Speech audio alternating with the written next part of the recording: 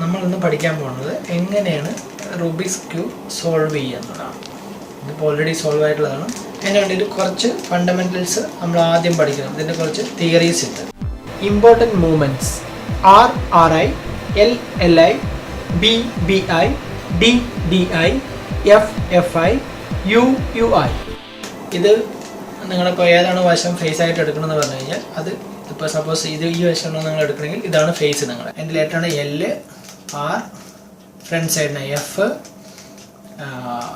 Back സൈഡിന് B, മുകളിലെ സൈഡിന് അപ്പർ U ആൻഡ് താഴത്തെ സൈഡിന് D, ഡൗൺ.